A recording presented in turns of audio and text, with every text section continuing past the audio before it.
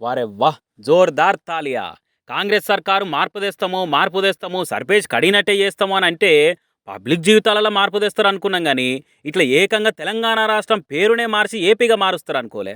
Super పోరి. కొట్లాడి తెచ్చుకున్న తెలంగాణ రాష్ట్రం పేరు జాగాల ఆంధ్రప్రదేశ్ అని రాసి, సర్కార్ ఆఫీసులనే సప్పుడు చేయకుండా తిప్పుతున్నారనంటే ఏమనాలి చెప్పుర్రిగ? ఓ పత్రిక పంపిన రిజైండర్‌ల తెలంగాణ అని గాకుంటా, గవర్నమెంట్ ఆఫ్ ఆంధ్రప్రదేశ్ అని టైప్ చేసి పెడితే, రాష్ట్ర ఆర్&బి డిపార్ట్మెంట్ చీఫ్ ఇంజినీర్ సంతకం కూడా పెట్టి బయటికి ఇడిసిర్రు. దాంతో ఇది ఇంత ఇంత వైరల్ అయి సోషల్ మీడియాలో వేడి చర్చ నడుస్తున్నది. మరి ఇది చూసి చూడకుండా గలత్ల టైప్ అయినట్టా?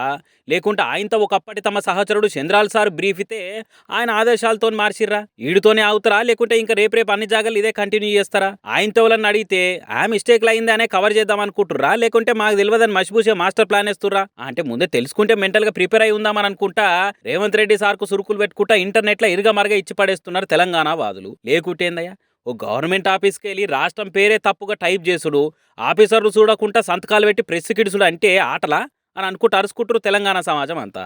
మరి దీని మీద సర్కార్కి వెళ్ళి ఎవరైనా ముంగట్టుకొచ్చి మాట్లాడతారో లేకుంటే ఎయిట్ సేరాయకి ఇంత దానికి ఏముంది గింజుకుంటారో అని అంటారేమో చూడాలి ఇక.